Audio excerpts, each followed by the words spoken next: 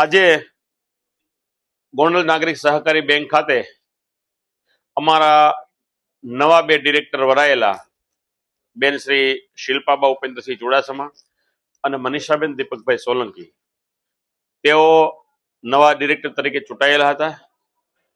આ વચગાળાની ચૂંટણી સંદર્ભે જણાવવાનું કે સરકારશ્રીના સહકાર વિભાગના નિયમાનુસાર જેને ટર્મ પૂરી થતી હોય 2 ટર્મ એને રાજીનામું આપવાનું હોય છે, એ કન્ટિન્યુ રહી શકતા નથી.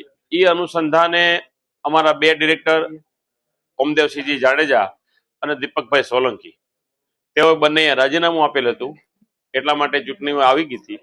એ બે ચૂંટણી બંને બેઠક ખાલી પડેલ હતી. એ બંને બેઠકો ઉપર અમે સરકારશ્રીના નિયમાનુસાર ચૂંટણીઓ કરેલ અને બંને બેઠક બિનહરીફ અમારી ફરીવાર નવા બંને જે નામ લીધા બંને બેનો જીતા છે. આજની અમારી આ સામાન્ય સભામાં અમારે જે વાઇસ ચેરમેન તરીકે જે ઓમદેવસિંહજી જાડેજા હતા તેઓ રાજીનામું આપતા વાઇસ ચેરમેનની સીટ ખાલી પડેલ હતી. તો એ અંતર્ગત અમારા જે વાઇસ ચેરમેનની ચૂંટણી હતી એમાં બિનહરીફ સર્વાનુમતે અમે આજે શિલ્પાબા ઉપેન્દ્રસિંહ ચુડાસમાની વરણી કરેલ છે.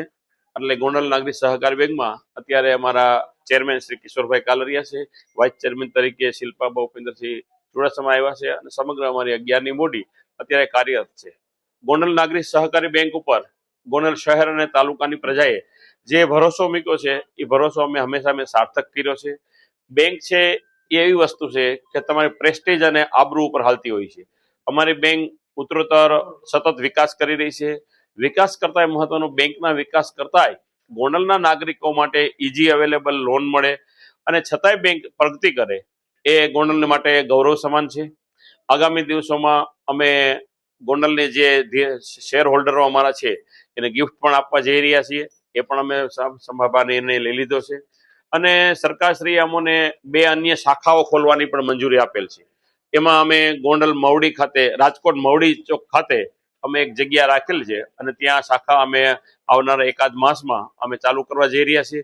એ ઉપરાંત અમે અહીંયા એક મોટું ગામ છે ગોંડલથી કોલીથડ ગામ ખાતે પણ અમારો અભ્યાસ ચાલુ છે. ત્યાં પણ અમે એક બીજી શાખા ખોલવા જઈ રહ્યા છીએ. પરંતુ આ બધું ગોંડલના પ્રબુદ્ધજનો, ગોંડલના નાગરિકજનો કે જેઓએ અમારી ઉપર ભરોસો મૂક્યો છે એ ભરોસાને અમે સાર્થક કરશું. ગોંડલના નાના એકમોને ઈઝી અવેલેબલ લોન મળે અને તેઓ પોતાનો ધંધાનો વિકાસ કરે, પોતાના પરિવારનો વિકાસ કરે અને આમ ગોંડલ નાગરિક સહકારી બેંક એક ગોંડલના લોકો માટે જીવાદોરી બને એવો અમે સતત પ્રયત્નશીલ છીએ. આ ગોંડલ નાગરિક સહકારી બેંકમાં અમે બધા જ ડિરેક્ટરો ગોંડલ નાગરિક સહકારી બેંક કેમ વિકાસ કરે અને ગોંડલના નાગરિકોને કેમ કામ લાગે એવો સતત પ્રયત્નશીલ છીએ. આજે ફરીવાર હું અમારા નવા વાઇસ ચેરમેન એવા શિલ્પાબા ચુડાસમાને હું ખૂબ ખૂબ અભિનંદન પણ આપું છું. ભારત માતા